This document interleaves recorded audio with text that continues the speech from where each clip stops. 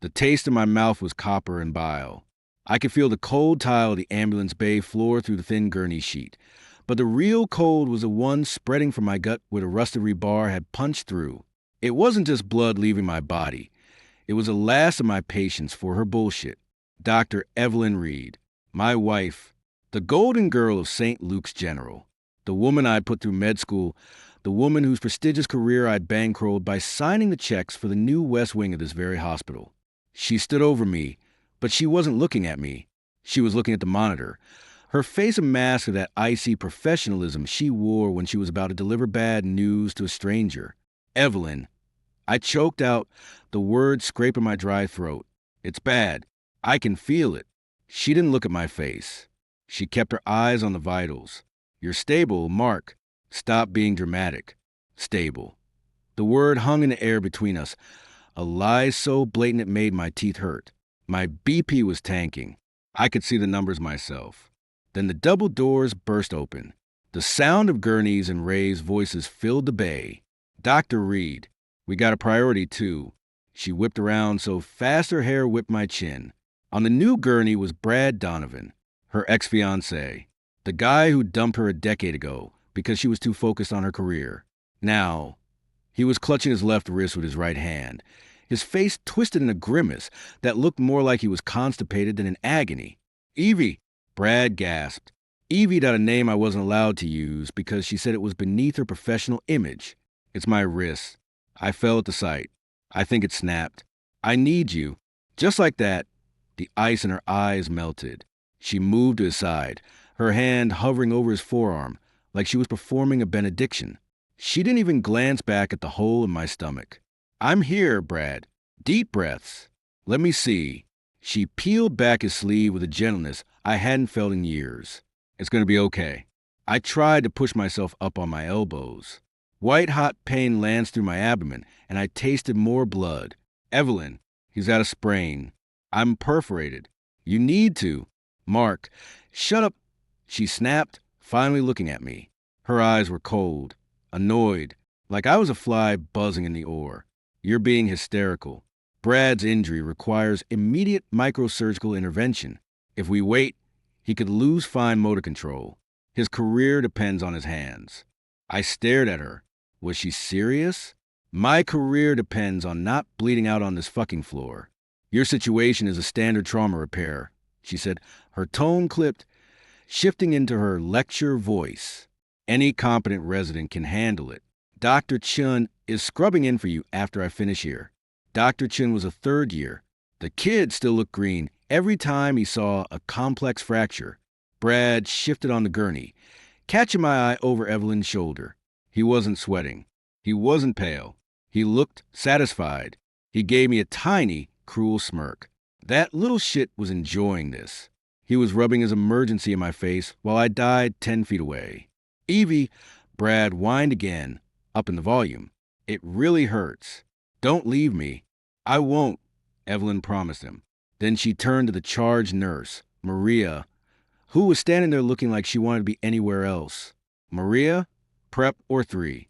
Stat, I want a full set of x-rays and an MRI ready the second we roll in. Page Dr. Lee for a consult on the nerve pathways.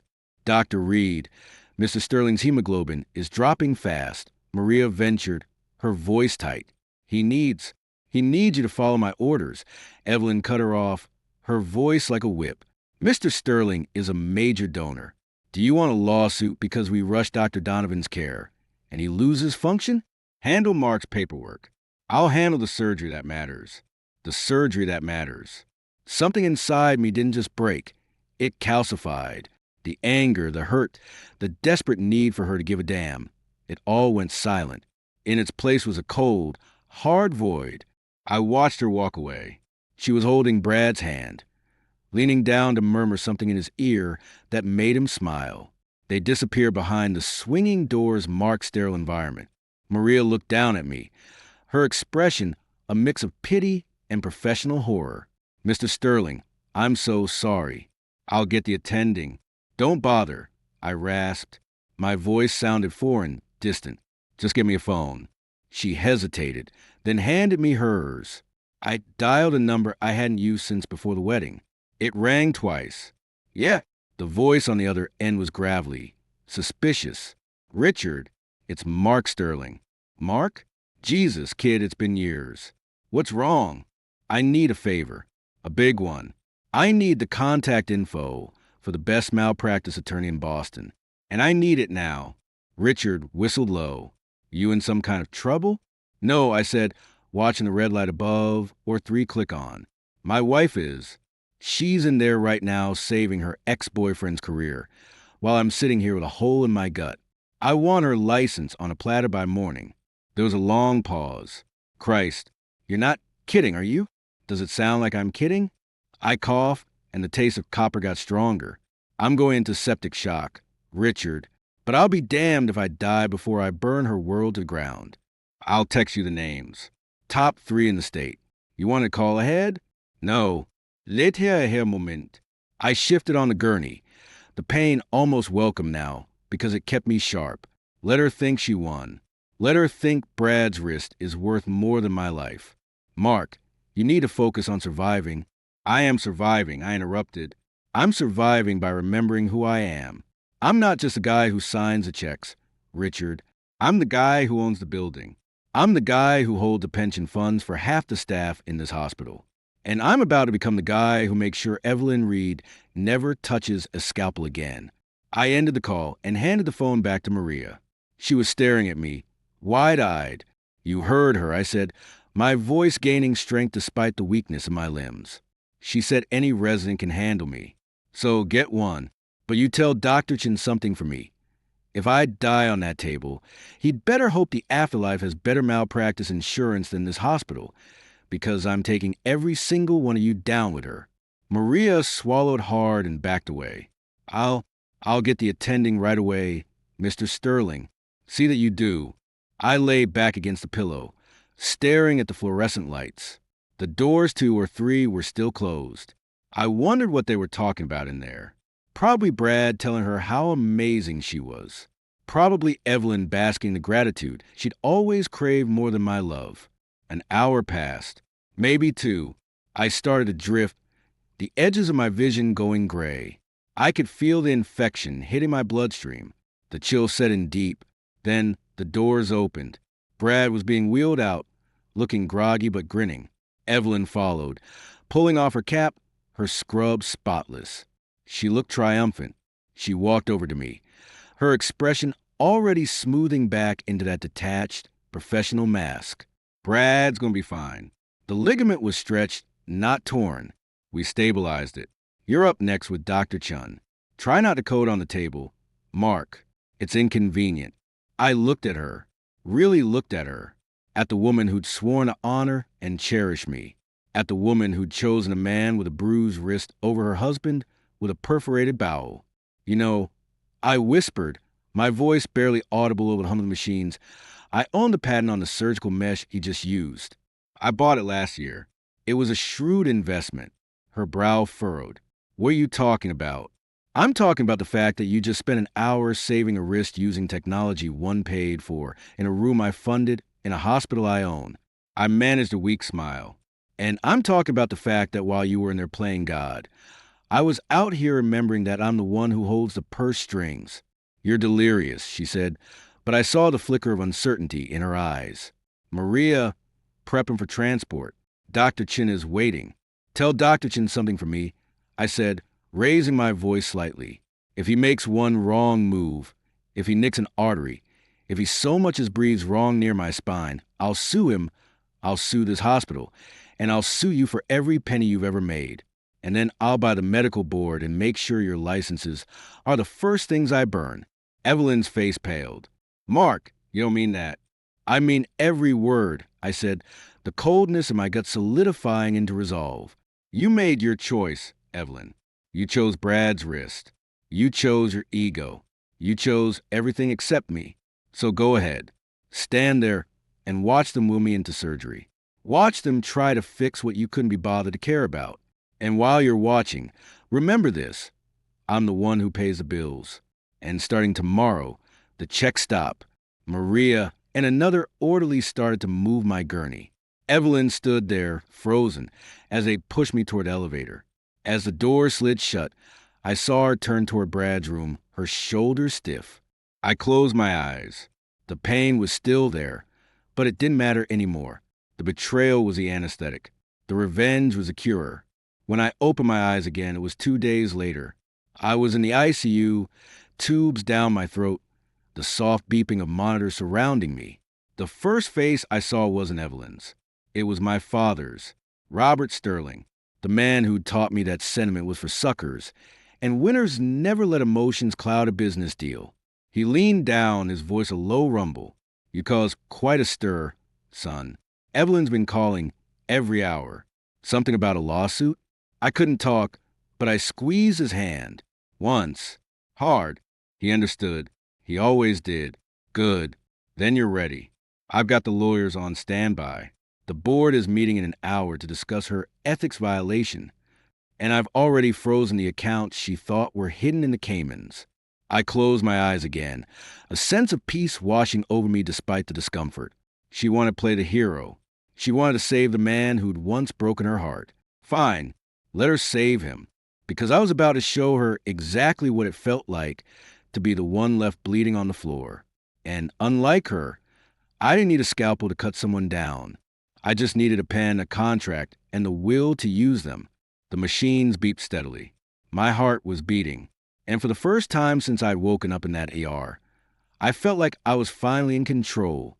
Evelyn thought she'd won because she'd saved a wrist. She had no idea she'd just lost the war. The ICU door clicked shut behind the last round of residents. I waited until the hallway outside went quiet. Just the squeak of sneakers on linoleum and the distant clang of a steel cart. Then I reached for the nurse call button and pressed it 3 times. Hard. Maria poked her head in. She'd been the charge nurse on duty the night Evelyn chose Brad. I'd remembered that. "Mr. Sterling, you need something?" "Shut the door," I said. My voice was rough from the intubation, but it carried. She did. I patted the bedside table. "Phone. Mine's dead, and I'm not calling for a charger." She hesitated, then handed me hers. Smart woman. She knew which side the bread was buttered on now. I dialed my father's private line. He picked up on the first ring. "You breathing on your own yet?" "Barely," I said, "but I'm thinking clearly." "Tell me you didn't let her near the foundation." "Not a chance," Robert Sterling grunted. "She's been blowing up my phone since sunrise. Something about marital assets and emotional distress. I told her to take it up with the family attorney." "Good. Now listen. I want the prenup reviewed. Every clause. I want to know exactly how much she's entitled to if we prove infidelity and professional misconduct. And I want it done before she gets her hands on a hospital-issued laptop again." Already on it. James Whitmore's team is pulling the ER footage from that night. The audio's clean. You can hear her choosing Donovan over you clear as day. That's not just a divorce, Mark. That's a termination of her entire career track. I shifted, feeling the tug of the staples in my abdomen. It's not enough to divorce her. I want her blackballed. I want her name off every operating room door in Massachusetts.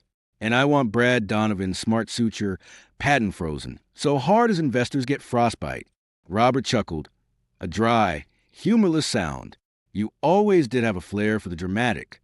But yeah, we can do that. The VC firm, MedTech Innovations, answers to us. I'll have the board vote on reallocating resources from his project by noon. What about St. Luke's? She's still chief of surgery there. For about another hour, I said. Call Alan Pierce. He's on the hospital board. Tell him if he doesn't suspend her pending an ethics investigation, I'll pull the funding for the new pediatric wing. And I'll make sure every major donor knows it was his decision to protect a doctor who let a benefactor bleed out. Consider it done. What about the house in Marblehead? The cars? Let her fight for them. It'll keep her busy while we gut everything else. I want the Cape Cod place in my name only by Friday. And freeze her credit cards, the ones linked to my accounts. Leave her the Amex she opened for business expenses. Let her max it out trying to save herself. Maria was hovering by the door, looking like she wanted to interrupt, but didn't dare. I waved her off without looking at her. One more thing, Dad. Get Lisa Tran on the phone, the forensic accountant. I need her to trace every dollar Evelyn funneled into Brad's research.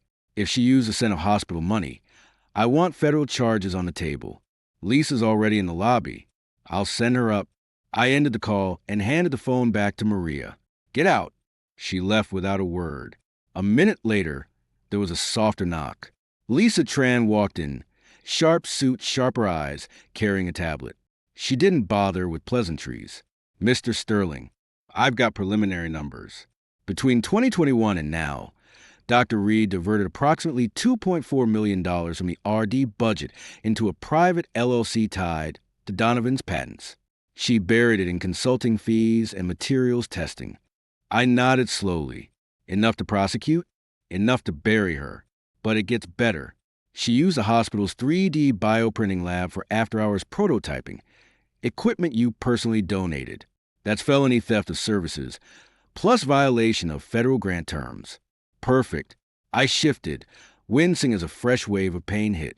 Draft a memo to the U.S. Attorney's Office. CC the Massachusetts Medical Board. I want on their desks before lunch. Already drafted. Pending your approval. She tapped her tablet. Also, I've identified 3 offshore accounts in the Caymans. Small balances, under $50,000 each, but they're linked to her maiden name, likely a rainy day fund. Want me to flag them? Freeze them. Quietly. Let her find out when she tries to withdraw. I paused, thinking of Brad's smug face in the ER. And the patent itself? The smart suit your tech? Officially owned by the hospital. But Reed has a right of first refusal clause in her employment contract. If the board votes to divest, she has 30 days to match any offer. Problem is, the valuation's inflated. Donovan's data is cooked. We can sink it before she gets the chance to buy. Sink it. Leak the flawed data to Nature Biomedical Engineering. Let the academic community tear him apart. I want his name mud before she can even spell litigation. Lisa made a note. Her expression unreadable. Ruthless. I like it. One question. What about the personal angle? Do you want me to document the affair? Every text, every hotel receipt, every ER log where she prioritized him. I want a timeline so tight a jury could follow it drunk, but keep it secondary. The money is the kill shot. Adultery is a scandal. Embezzlement is a prison sentence. She stood to leave. I'll have the files on your desk by 5. And Mr. Sterling, for what it's worth, what she did to you in that bay, it's unforgivable. You've got the whole legal team behind you. After she left, I closed my eyes. The pain meds were wearing off, but I welcomed the clarity. My phone, the hospital's loaner, buzzed. A text from an unknown number. I opened it. Mark, please. We need to talk. This is childish. I say Brad because his hands are his livelihood. Yours isn't. It's not personal. I stared at the screen until the letters blurred. Not personal, she let me die because my livelihood wasn't as important as her ex's wrist. And she called it not personal. I typed back, my thumb hovering over the send button. Not personal? You're right. It's strictly business. Check your email. Your career just flatlined. I hit send. Then I dialed James Whitmore, my lead counsel. James. Status? We filed the initial motions. The hospital board meets in 20 minutes. Alan Pierce is pushing for immediate suspension. Evelyn's lawyer is already screaming defamation. Let him scream. I want a gag order on her by this afternoon. And James, when they suspend her, make sure the press release mentions misappropriation of funds and patient abandonment. I want her reputation shredded before she hits the sidewalk. Understood. The prenup review is complete. Given the misconduct, we can claw back the house, the cars, and the foundation. She'll walk away with the clothes she's wearing and maybe a year of alimony, if the judge is feeling generous. Generous? After what she did, cap it at 6 months. And make sure the foundation's bylaws are amended to exclude anyone with felony conviction. She'll never touch it again. Done. One more thing. Brad Donovan's lawyer called. They're offering a settlement. Apology, retraction, the works, if we drop the patent investigation. I laughed, a dry, painful sound. Tell them to go to hell. I want his lab shuttered. I want his name on a DOJ watch list. And I want Evelyn to watch it happen. Consider it done. I ended the call and lay back, staring at the ceiling. The door opened again. This time it was Evelyn. She looked like hell. Smudged mascara, wrinkled scrubs, hair escaping its clip. She didn't bother knocking. "Mark," she whispered, rushing to the bedside. "Oh, God, you look terrible. Why didn't they tell me you were awake?" "Get out," I said. My voice was flat. "No, listen, this is insane. The board just suspended me. They're talking about an investigation. What did you do?" "I did nothing," I said, meeting her gaze. "I'm just a patient recovering from nearly dying. But I did speak to my lawyers. Turns out patient abandonment is a felony in Massachusetts. And misappropriation of grant funds? That's a federal offense." Her face paled. "That's not. Mark, the money was for research, for Brad's work. It was going to revolutionize. It was going to line your pockets and his. I cut her off, and it was going to cost me everything. But you beat me to it, didn't you? You cost me my trust, my health, my peace of mind. So now I'm costing you your career, your freedom, your future. You're a monster," she hissed, but her voice shook. "This is about Brad. You're jealous. No, Evelyn. It's about math. You valued his wrist at $2.4 million and my life at zero. The market just corrected itself." I reached for the call button. "Maria, security. Dr. Reed is trespassing. Escort her out." She stumbled back as the door opened.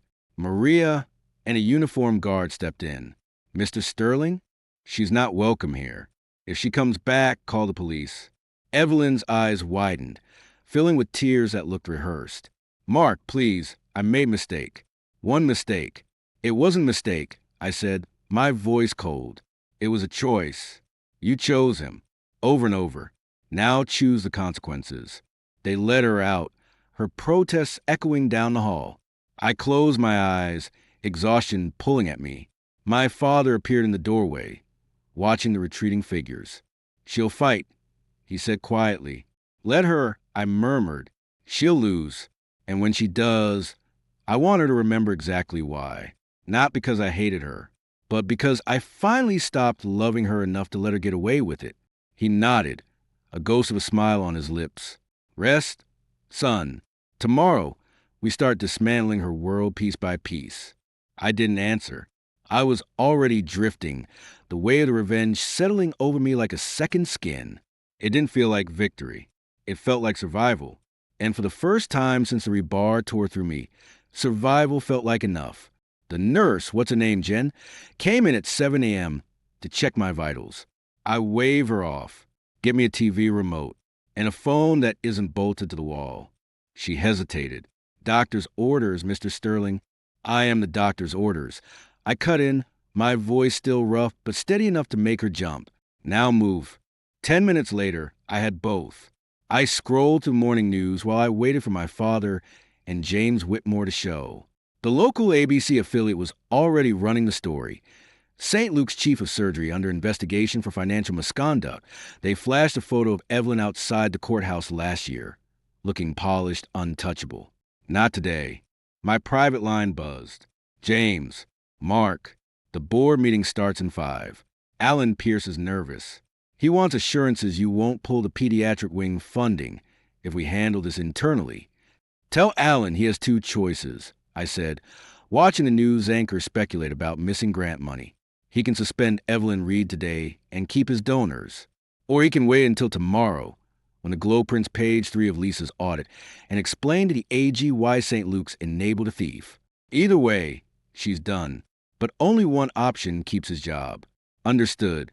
We're patching Lisa in remotely. She's got the numbers queued up. Good. Make sure someone leaks the suspension notice to the press before the meeting ends. I want cameras waiting for her when she walks out of that conference room. You want the humiliation public. I want it televised. I hung up as my father walked in, tossing a folded copy of the Boston Herald onto my lap. The headline was smaller but meaner. Surgery stars fall. Sources say husband's near-death spark probe. There was a grainy photo of Evelyn being hustled into a car, her face half hidden. Good. Let her hide. Alan's in place. Dad said, settling into a chair by the window. Boards gathered. Lisa's on standby. You want to watch the feed? I nodded. He pulled out an iPad, tapped it twice, and handed it over. The screen showed the St. Luke's boardroom, mahogany table, stiff back chairs, a row of nervous men in suits. Alan Pierce sat at the head, shuffling papers. Evelyn wasn't there yet. She'll be late, I muttered. Thinks making them wait makes her powerful. Right on cue, the door opened.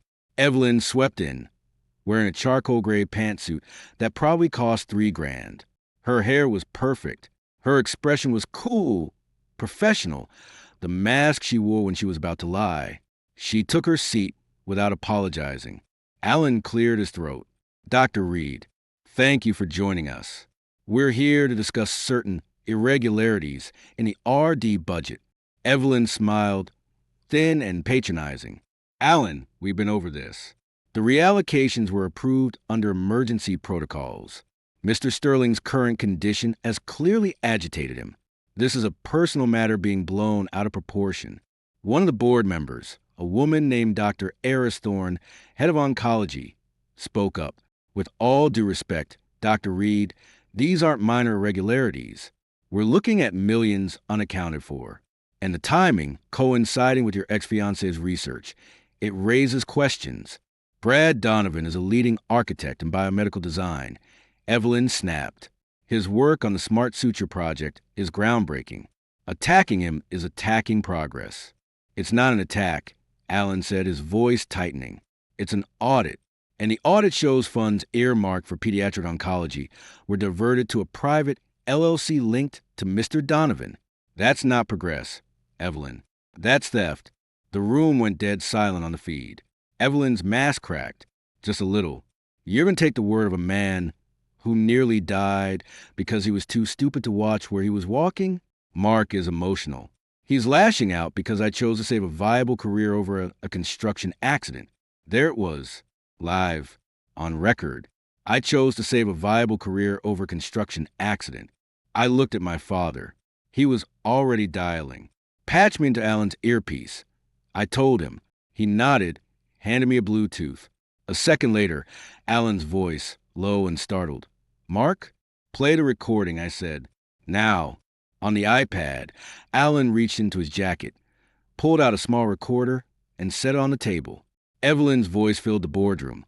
Her exact words from the ER, captured by Maria's quick thinking with a smartphone backup.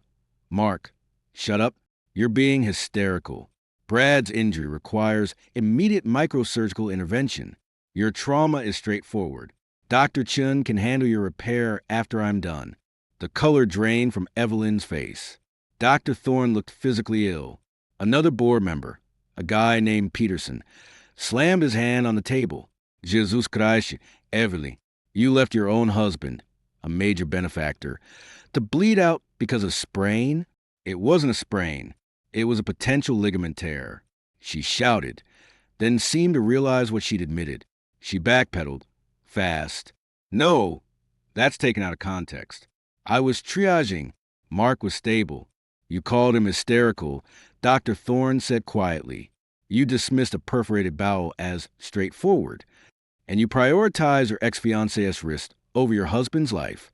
That's not triage. That's malpractice. And it's grounds for immediate termination. You can't fire me. Evelyn stood up, her chair screeching backward. I built this department. I brought in millions. Mark is just a businessman. He doesn't understand medicine. He's vindictive because I didn't coddle him. I understand math, I said, speaking into the Bluetooth. My voice echoed through the boardroom speakers. Evelyn froze, staring at the center of the table like it had bitten her. And the math is simple, Evelyn. You value Brad Donovan's wrist at $2.4 million and my life at $0. The board is now correcting the equation. Mark, you're on the speaker?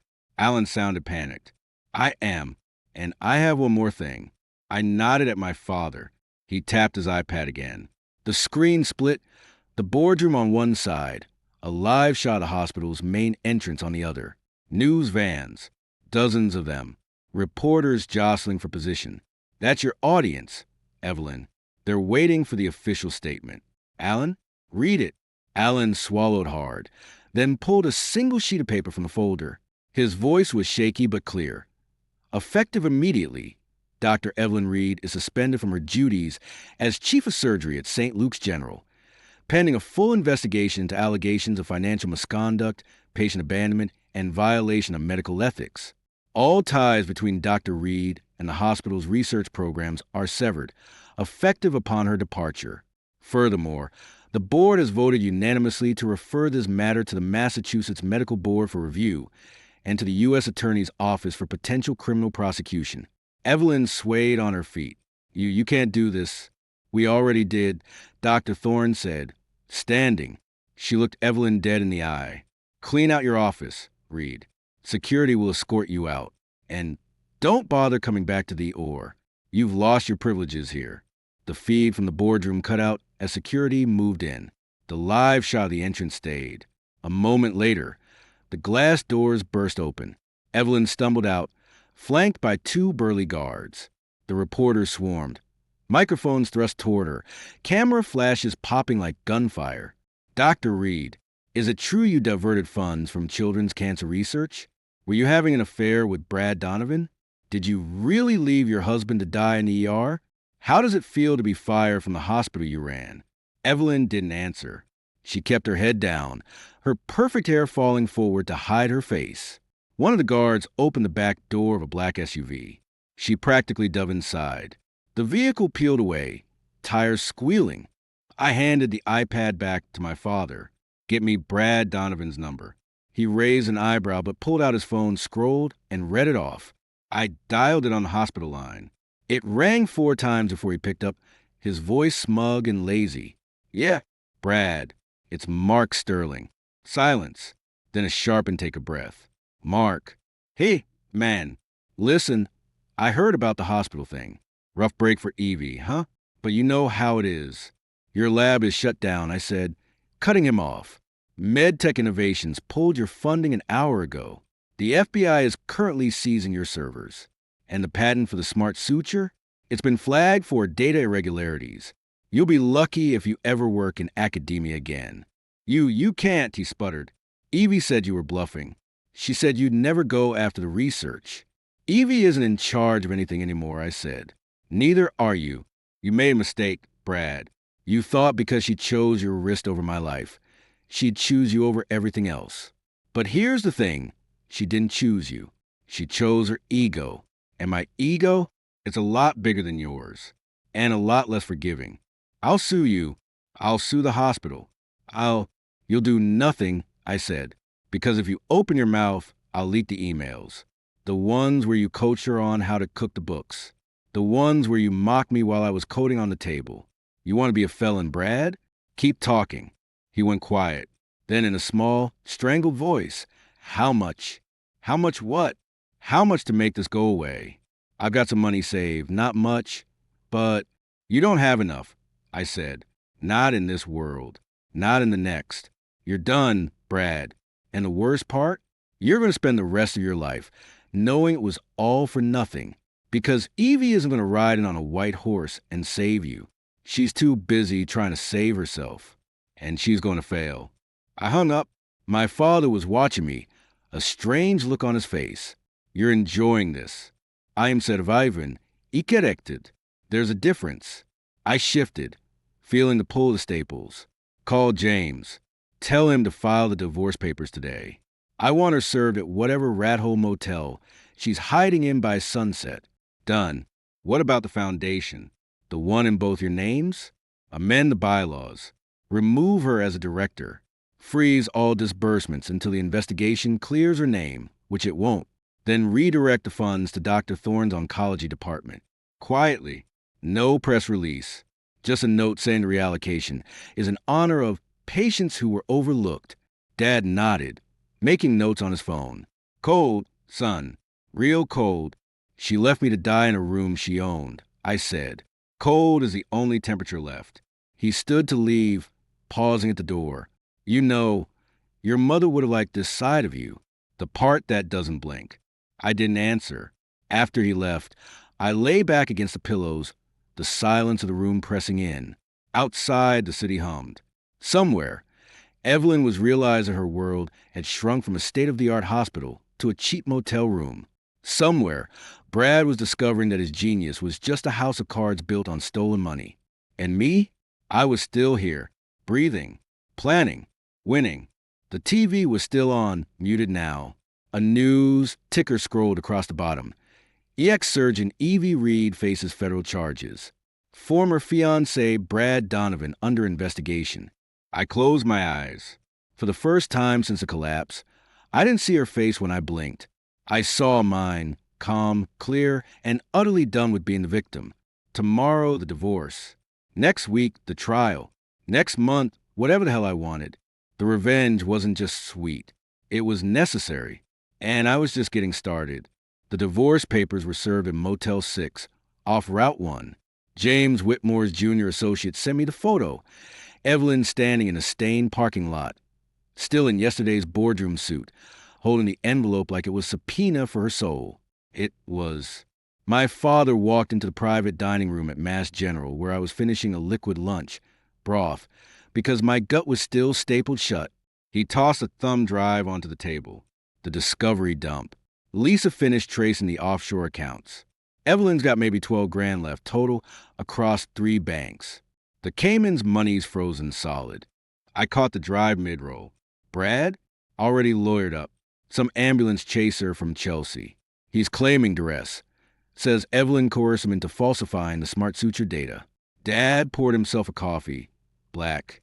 Pathetic. He's throwing her under the bus before the first deposition. Good. I plugged the drive into the hospital's laptop. The screen filled with spreadsheets, rows of transactions highlighted in angry yellow. What's the damage to the foundation? Minimal. We froze the transfers before she could touch the principal. But the PR hit is real. 3 mid-level donors pulled out this morning. They're scared of association. Replace them. I scrolled through the numbers. Call Eris Thorne in oncology. Tell her I'm doubling the pediatric fund. Anonymously. And I want a press release. Nothing flashy.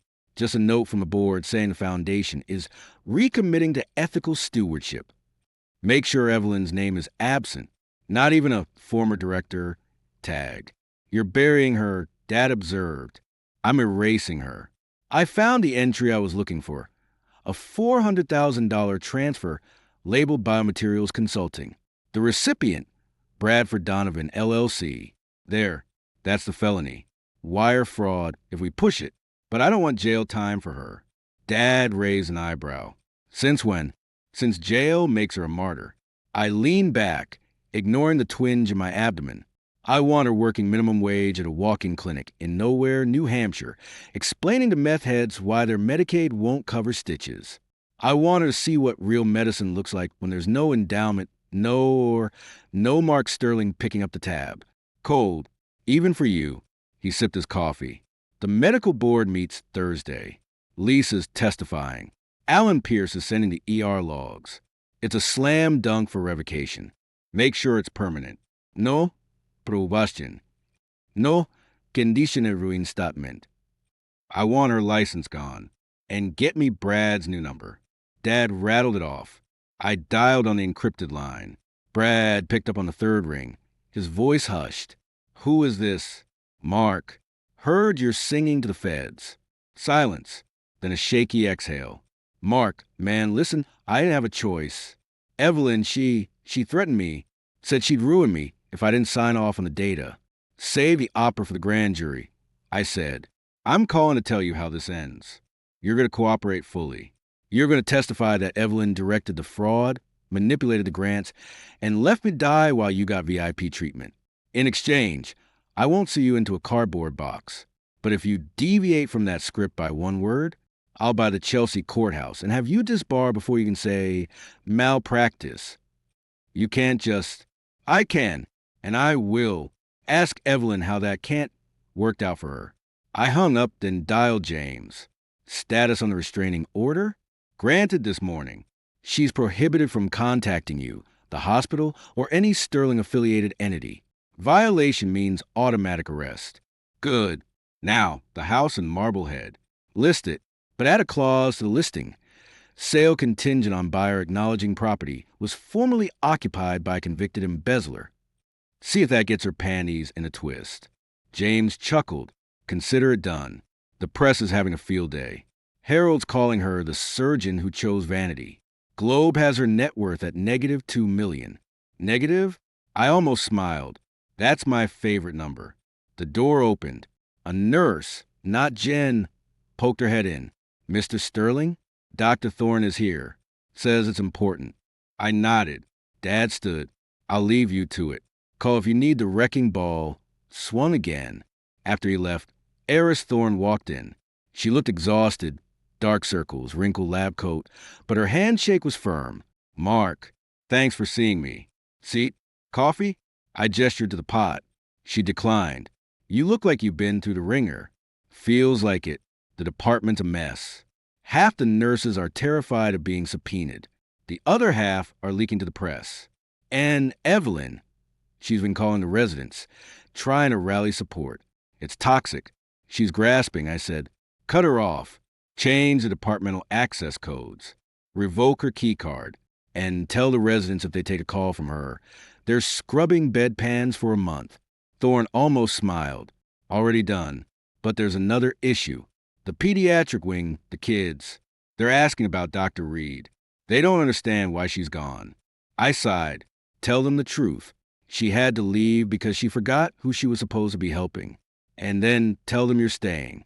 Because you remember. Her expression softened. I am staying, but I need resources, Mark. The chemo infusion center is running at capacity. We're turning kids away. You'll have what you need, I said. Starting Monday, I'm transferring $5 million from the foundation's liquid assets into a new fund. Your fund. No bureaucracy. No oversight. Just you, a purchase order, and a kid who needs help. Title, it the Ethan Sterling Memorial Grant. Her eyes widened. Ethan was my kid brother. Died of leukemia at 9. She knew the story. Mark, that's... I don't know what to say. Say you'll use it. And say you'll never let a child wait for care, because someone's ego needed polishing. I paused. One more thing. Evelyn's going to try to spin this. Say I'm destroying her because I'm bitter. I need you to be the voice of reason. Tell the press the grant is about prioritizing patients over personalities. Make it about the medicine, Eris, not the drama. She stood, determination replacing fatigue. I will. And Mark, for what it's worth, what you're doing. It's the right thing. The only thing. After she left, I dialed Lisa Tran. Update. Medical board voted unanimously. Evelyn Reed's license is revoked, effective immediately. The AG's office is filing charges this afternoon. Grand larceny, fraud, patient abandonment. Bail is set at $500,000, but she can't post it. She's in a holding cell at Suffolk County. No bail, I said. Let her sit. And leak the indictment to the Globe. I want her mugshot on A1. Already scheduled. Also, Brad Donovan's lawyer just folded. He's agreeing to full cooperation in exchange for immunity. Testimony starts next week. Perfect. I ended the call and stared at the thumb drive. The evidence of her greed, her arrogance, her willingness to let me die for a sprained wrist. It was all there, digitized and damning. My phone buzzed. A text from an unknown number. Probably a burner. Mark, please. I'm in jail. I need a lawyer. I need you. I deleted it without replying. Then I dialed the warden's office at Suffolk County. This is Mark Sterling.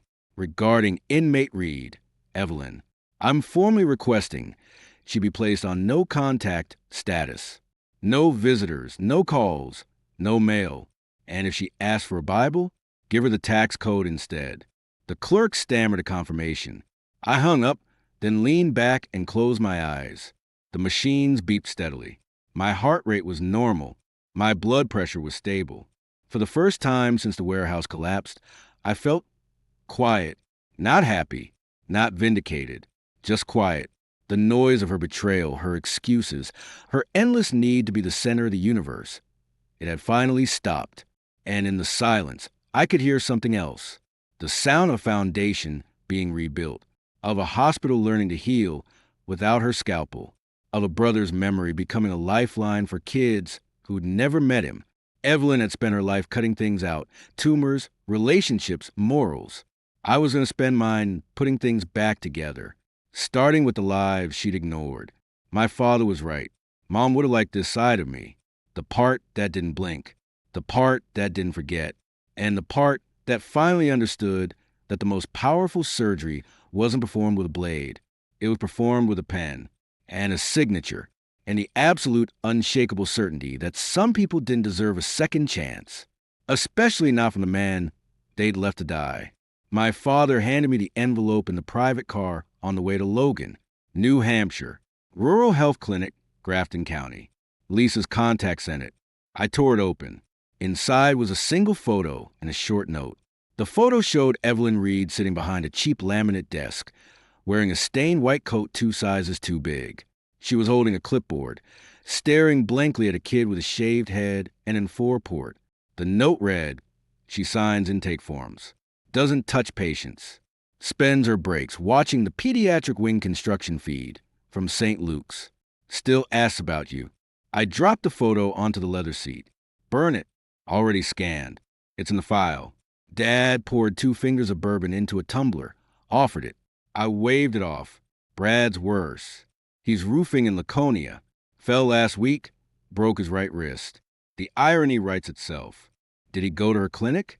Nah, went to Concord General. They said it straight, no fuss.